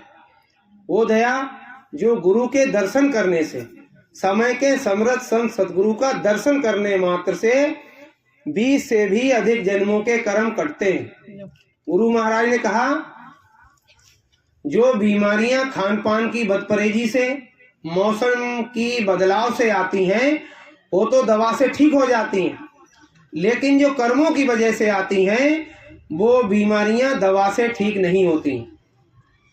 तो गुरु महाराज का जब दर्शन किया, और दर्शन करने से 20 जन्मों के कर्म कटते हैं, 20 से भी अधिक जन्मों के कर्म कटते हैं एक बार में। वो जो बीमारी आई थी कर्म से आई थी, और कर्म जब कट गए तो बीमारी खत्म हो गई। चमत्कार नहीं करते बाबा जी, ऐसा नहीं है कि दवा की जरूरत नहीं है। आपको बुखार हो, जुकाम हो, अपनी दवा ले लो। बाबा जी के यहाँ भी आश्रम पर अस्पताल चलता है, बशर्ते वो निःशुल्क चलता है। सरकारी अस्पताल में फिर भी 1 रुपए की पर्ची बनती है मरीज की, तब उसको दवा मिलती है, लेकिन वहां 1 रुपया भी नहीं लगता, निःशुल्क। किसके नाम पर? बाबा उमाकांत जी महाराज के नाम पर नहीं, गुरु महाराज का नाम और काम आगे बढ़ाने के लिए बाबा जय गुरुदेव के नाम पर वो अस्पताल है। और महाराज जी एक ही नहीं, तमाम गरीबों को कंबल वितरण, टोपा, जर्सी, ऐसे तमाम। और देखो उदर पूर्ति अभियान के अंतर्गत कोरोना काल से प्रेमियों ने देखो शुरू किया। ऐसे ऐसे लोग जो कई दिनों से उनको भरपेट भोजन नहीं मिला था, और प्रेमियों ने उनके लिए उपलब्ध कराया। तो चमत्कार नहीं करते बाबा जी, दया कर देते हैं। गुरु महाराज के समय के प्रमाण हम लोग गुरु महाराज के पास जाया करते थे। आपके सामने एक बात बताई, अब गुरु महाराज नहीं है। यही समस्या गुरु महाराज के गुरु भाई यानी कि चिरौली वाले दादा गुरु के शिष्यों ने, जब दादा गुरु ने जाने की मौज फरमाई तो उनके शिष्यों ने उनसे कहा कि गुरु महाराज आपने बताया है, 12 एकादश दरस न कीना ताको लागे दोष, तब कहे कबीर का दास का फिर कबहू न हो गए मोक्ष। गुरु महाराज आप तो शरीर छोड़ के जा रहे हैं और हमारी दिव्य दृष्टि खुली नहीं है, अब हम किसका दर्शन करेंगे, वो दोष कैसे कटेगा। तो दादा गुरु महाराज ने कहा, गुरु महाराज के लिए बताया कि मैं इनको वो पावर दिए जा रहा हूं जो मेरा सत्संग सुनने और दर्शन करने से तुमको लाभ मिलता था, वही लाभ इनका सत्संग सुनने से, इनके दर्शन करने से प्राप्त हुआ। तो वहां भी विरोध हुआ, तो गुरु महाराज ने उस स्थान को छोड़ दिया, क्योंकि महात्मा जमीन जायदाद से बंधे नहीं होते। वो जहाँ साधन भजन करते हैं वही स्थान पूजनीय होता है, ऐसा गुरु महाराज की शाकाहारी सदाचारी बालसंग पत्रिकाओं में भी लिखा है। अब गुरु महाराज की दया का अनुभव हमने आपने किया। गुरु महाराज के जाने के बाद दुनिया जब तक जीवन है तब तक कुछ ना कुछ समस्याएं आती रहती हैं। हर प्रेमी के पास अपना अनुभव है। जो जाएगा आग के पास खड़ा होगा उसको तपन महसूस होगी, बर्फ पर हाथ रखेगा तब पता चलेगा कि कितना ठंडा है। वरना भाप तो गर्म पानी में से भी निकलती है और बर्फ से भी निकलती है, क्या पता ठंडा है गर्म। जब उसके पास जाओगे, स्पर्श करोगे तब पता चलेगा। 2012 से 18 तक हम भी गुरु महाराज समय के सदगुरु दुखहर्ता बाबा उमाकांत जी महाराज की शरण में नहीं गए, लेकिन किसी ऐसी परेशानी में थे कि चिंता ऐसी डाकनी काट के ले जा खाए, और वैद्य बेचारा क्या करे, कब तक दवा लगाए। 65 किलो से 54 किलो वजन रह गया। अब मरता क्या न करता। हमारे अध्यक्ष जी हैं श्री सुधीर कुमार सिंह जी, कई बार उन पे हम नाराज भी हो गए। वो इनके महाराज जी के कार्यक्रम की सूचना दिया करते थे, और एक बार हम बहुत नाराज हो गए। उनका जब हमको नहीं जाना है उनके पास, आप बार बार हमको क्यों टच करते हैं। फिर भी भाई देखो, जो पिता होते हैं, शुभचिंतक होते हैं, माता पिता भाई जो भी समाज में आपके शुभचिंतक हैं, वो आपकी नाराजगी को अपने मन पे नहीं रखते। उनको ये चाहते हैं कि कैसी इसका हित हो जाए। फिर उन्होंने बताया उसी दरमियान जिस समय हम परेशानी में थे, बोले कि होली पे जा रहे हैं, 2018 की होली थी, चलो। उस समय गए महाराज जी की शरण में, और फिर उसके बाद 2018 के भंडारे पर गए। जब होली पर गए तो विश्वास नहीं था। वो लोग बोले कि देखो अब ये आ गए, अब आ गए। तो हमने कहा इधर देखो साहब, हम अभी आए नहीं हैं, अभी हम केवल घूमने आए हैं। आप समझ लो इनकी तरफ आ गए, अभी आए नहीं। लेकिन जब दर्शन करोगे तो कुछ तो संस्कार पड़ेंगे। फिर 2018 के भंडारे पर गए थे, और महाराज जी की जब गाड़ी निकली सामने से, मालिक दर्शन दे रहे थे, तो हमने यही प्रार्थना करी, और ना जबान हिलाई ना होठ हिलाए, मन मन में हाथ जोड़कर हमने यही कहा कि अगर आप सच्चे समर्थ संत सदगुरु हैं, तो जैसे गुरु महाराज हमारे कष्ट से हमको मुक्त कर देते थे, आप भी दया करना। परीक्षा भी हो जाएगी और समस्या का समाधान भी। घर पे आए 10वां दिन तब आया कि उस समस्या के कहीं से कहीं तक अते पते नहीं थे। तब कुछ कुछ विश्वास हुआ, पूरा नहीं हुआ, क्योंकि बड़ा बैरी ये मनघट में इसी को जीत न कर। इसका काम है भटकाने का। प्रार्थना में तभी तो कहते हैं कि तू निर्मल हो निज घर जाना और मैं गुरु की शरण में चला जाऊंगा। वो मन को बताते कि तू भी निर्मल होके अपने लोक चले जाना और मैं गुरु की शरण में चला जाऊंगा। तो मन वो तो यहाँ ढूंढता है सुख, लेकिन यहाँ मिलता नहीं है, तभी वो भटकाता रहता है। फिर धीरे धीरे वही 2018 में गुरु महाराज जी का सत्संग लग गया हमारे बदायूं में HP फील्ड पर, 6 दिसंबर 2018। तो उस समय हम 4 तारीख में अपने पिताजी के लिए यही आपके बरेली के मिशन हॉस्पिटल में ला रहे थे दवा दिलवाने के। पिताजी बोले, वो इतनी कमजोरी थी शरीर में कि जय गुरुदेव बोलते पे होठ कांपते थे। पिताजी ने कहा कि हमें महाराज जी का सत्संग सुनवा दो, उसके बाद जहां चाहो वहां भर्ती कराना, क्योंकि अस्पताल में चले जाओ कुछ पता है कि डॉक्टर 5 दिन रखे या 15 दिन रखे, सत्संग सुनवा के कहीं भी ले जाना। बहुत परेशान थे। तो महाराज जी के सत्संग में गए। सत्संग से पहले महाराज जी दर्शन दे रहे थे, तो एक सत्संगी हाथ पकड़ के पिताजी का ले गए दूसरी मंजिल पर जहां महाराज जी ठहरे थे। वहां गए, मालिक दर्शन दे रहे थे, लाइन में खड़े थे। पिताजी के सामने जब मालिक आए, पिताजी ने कहा कि हुजूर हमारी गलतियों को माफ करो, या तो हमको ठीक करो या हमको साफ करो। महाराज जी ने ऊपर से नीचे, नीचे से ऊपर बोले कुछ नहीं, लेकिन वही ऐसी दया की नजर करी कि तेरी नजरों में कोई करामात है, हर समय होती अमृत की बरसात है। कर में से जो बीमारी आई थी, कर्म कट गए, मालिक की दृष्टि पड़ गई। वो पिताजी फिर इतने स्वस्थ हो गए। हमारे विशाल जी के साथ में उन्होंने अयोध्या में सेवा करी, तो आप इनसे पूछ लेना, मिलिट्री का जवान भी खेलता पिताजी के साथ में। तो ये क्या था, जो काम दवा नहीं करती है वो काम दुआ कर जाती है। कामिल मुर्शिद मिलते हैं तो बात खुदा से हो जाती है। हमारे यहाँ चौसिंगा वो देवी नगला गांव है, बहन जी हैं, उनका नाम पता मोबाइल नंबर सब है, क्योंकि मालिक का आदेश है कोई भी झूठा प्रमाण नहीं देना है। उनका नंबर है, उनका पता है। उन बहन जी को कैंसर था और उनके रिश्तेदारों ने कहा कि ऐसे ऐसे आप चलो, मालिक की दया हो जाए। अरे न जाने कौन से गुण पर दयानिध रीझ जाते हैं, यही सदग्रंथ कहते हैं, यही गुरु भक्त गाते हैं। न रोए वन गमन पर जा पिता की वेदनाओं पर, उठाकर गिद्ध को निज गोद में आंसू बहाते हैं। न जाने कौन से गुण पर दयानिध रीझ जाते हैं। पिता रोते रहे, भगवान राम चले गए, रुके नहीं, लेकिन गिद्ध को उठाकर गोद में भगवान रो रहे थे। तो वो बहन जी गुरु महाराज के पास गई।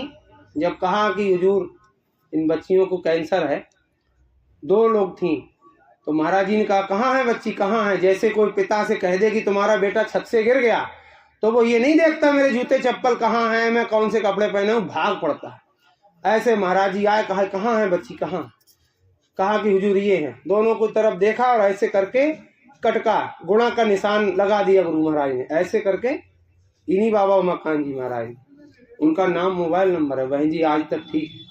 ये क्या है, जो कर्मों के कारण बीमारियां आती हैं, वो जब कर्म करते हैं तो वो बीमारी हट जाती है। समर्थ होने का प्रमाण है बाबा जी का। ऐसे ही विश्वास थोड़ी कर लिया प्रेमियों ने जो दीवाने बने घूमते हैं। अब बात यह है कि हमको आपको नामदान मिल गया, नई जनरेशन को किससे जोड़ेंगे। नामदान दिलाना गुरु महाराज ने बताया पुण्य का कार्य है। और गुरु महाराज ने ये भी बताया, वीडियो है गुरु महाराज की, कि ईंट पत्थर से आपको परमात्मा नहीं मिलने वाला, वो तो मिलेगा उस महात्मा से जिसने उसको पाया है। और जिसने पाया उनको गुरु महाराज ने उस योग्य बनाया, समृद्ध बना दिया। तो नामदान दिलाना पुण्य का कार्य है, नामदान भुलाना नहीं। और वर्णात्मक नाम सिर्फ जय गुरुदेव नाम से हमारी आपकी जीवात्मा का कल्याण नहीं होगा। और महाराज जी ने देखो समय समय पर प्रेमियों को दया मिलती रहे, बैटरी चार्ज होती रहे, इसके लिए त्रयोदशी और पूर्णिमा पर महाराज जी ने कहा कि जो उज्जैन में आश्रम बना है, रेवाड़ी में गुरु महाराज का मंदिर बन रहा है, और महाराज जी ने कहा कि कोई भी सत्संगी गैर सत्संगी व्यक्ति जो इस स्थान पर आएगा, मत्था टेकेगा, प्रणाम करेगा इस मिट्टी को, वो यहाँ से खाली हाथ नहीं जाएगा, उसकी एक मनोकामना पूरी होगी, बशर्ते वो इस भूमि पर आजीवन शाकाहारी, नशा मुक्त और चरित्रवान रहने का संकल्प ले ले। प्रेमी लाभ ले रहे, बहुत से लोगों को लाभ मिल रहा। महाराज जी ने कहा कि त्रयोदशी और पूर्णिमा पर, हर महीने की कृष्ण पक्ष त्रयोदशी और पूर्णिमा पर आप इन आश्रमों पर आने जाने की आदत बना लो। हर महीने में 2 बार का मौका है। फिर महाराज जी ने कहा कि आप आ जाओगे इन स्थानों पर, और जो लोग घर पे हैं वो तो वहीं दुनिया के कामकाज में हिलगे रह जाएंगे, वो नहीं आ पाएंगे, उनको कैसे दया मिलेगी। तो कहा कि जब यहाँ ना आ पाओ तो आपके जिले में जहाँ सत्संग होता है, आश्रम है या जो भी सत्संग स्थल है, वहाँ त्रयोदशी और पूर्णिमा के सत्संग करो। उन स्थानों पर जाकर भी आपको गुरु महाराज की दया मिलेगी। तो हर जिले में ऐसे, अपने शाहजहांपुर जोन में 7 जिले हैं, कोई भी जिला ऐसा नहीं है जिसमें सत्संग स्थल ना हो। आपके बरेली का भी ये चौबारी आश्रम पर होता है, त्रयोदशी का और पूर्णिमा का। तो ये गुरु महाराज का आदेश है, यहाँ आने जाने की आदत डाल दो। साप्ताहिक सत्संग गुरु महाराज ने इसीलिए लगवाए ताकि बैटरी चार्ज होती रहे। हम लोग धीरे धीरे भूल जाते हैं जब हमको सत्संग नहीं मिलता। और वर्ष में एक बार दर्शन करने की बात तो उस समय कही थी जिस समय लोग पैदल चलते थे, बैलगाड़ी से जाया करते थे, अपने कई लोगों का समूह बनाकर, कि कहीं जंगल में लुटेरे न मिल जाएं, जंगली जानवर न घेर ले, तो अपनी सुरक्षा की दृष्टि से लोग पैदल जाते थे, पूरा काफिला बनाकर। और 100 किलोमीटर और 500 किलोमीटर की दूरी तय करने में बहुत समय लग जाता। उस समय ये छूट दी थी कि बरस एकादश दर्शन कीना ताको लागे। तो गुरु का दर्शन नित्य प्रति करो, नित्य प्रति ना हो तो दूसरे दिन, 7वें दिन, अमावस्या, पूर्णिमा, 2 महीना, 3 महीना ना हो पाए तो 6 महीने में गुरु का दर्शन तो करना ही चाहिए। और इतना भी ना हो और वर्ष में भी जिसने एक बार गुरु का दर्शन नहीं किया उसको दोष लग जाता है। ताको लागे दोष, और कहे कबीरता दास का फिर कबू न होगा मोक्ष। तो गुरु क्या है? गुरु एक पावर है, एक शक्ति है, जिसमें वो पावर है वही गुरु है। तो इस समय पर भक्त गुरु बाबा उमाकांत जी महाराज के दर्शन करने और सत्संग सुनने की हमको आपको आवश्यकता है। इनको इतनी फिक्र है बच्चों की, नौजवानों की। अभी दिसंबर में महाराज जी ने बताया, जो दिसंबर के लास्ट में और जनवरी 1 को सत्संग हुआ, महाराज जी ने मीटिंगें कराई कई जिम्मेदारों के द्वारा, कई मीटिंगें हुई। हुजूर ने बताया कि हमारे पास नौजवानों ने अपना दस्तखत करके और दरखास्त दी है, कम से कम 3 पन्नों में सिग्नेचर, हस्ताक्षर करके गुरु महाराज को दिए, और कहा कि गुरु महाराज का मिशन आगे बढ़ाने के लिए आप हमको लगा लीजिए और हम तैयार हैं। महाराज जी ने कहा उन नौजवानों को भी जब वो सत्संग सुनते हैं तो उनमें ये प्रेरणा भर जाती है कि अब कैसे ही अपने नौजवान भाई बहनों को बचाया जाए। क्योंकि महाराज जी ने बताया कि बच्चियों में नशे की आदत डालने का ग्रुप चल रहा है, कैसे इनको बिगाड़ा जाए। महाराज जी ने यहाँ तक बताया कि अब तो बिस्कुटों में भी नशे की व्यवस्था आ रही है। पहले शराब थी, भांग, गांजा, अफीम, चरस, कोकीन, हीरोइन, ये चीजें थी। अब तो इंजेक्शन आ रहे हैं, कैप्सूल, गोलियां आ रही हैं। और उधर नाम दे दिया कि पी के शंकर जी की मोटी आंखें खुल गई, नहीं दिया पीटी। एक बाबा जी के पास गए थे गुरु महाराज के सत्संग की सूचना देने, तो उनसे पूछ लिया, अच्छे थे और उन्होंने पूरे गांव में बड़ा सुधार किया था। हमने कहा साहब ऐसे ऐसे हमारे गुरु महाराज का सत्संग है और आपको मालिक ने बुलाया है, आपका निमंत्रण। फिर उनसे पूछा कि साहब ये जो बच्चे गाते हैं सावन में, सावन के दिन चल रहे थे, इस गाने का क्या आप इससे समर्थन इसका करते हैं? शिव मंदिर पर वो रहते थे। बोले हमने उन्हीं लोगों से पूछा जो इस गाने को चलाकर नाचते हैं, भांग का, गांजा का सेवन करते हैं, कि वाकई में इसको पीकर आंखें खुलती हैं या नशे में आंखें बंद होती हैं।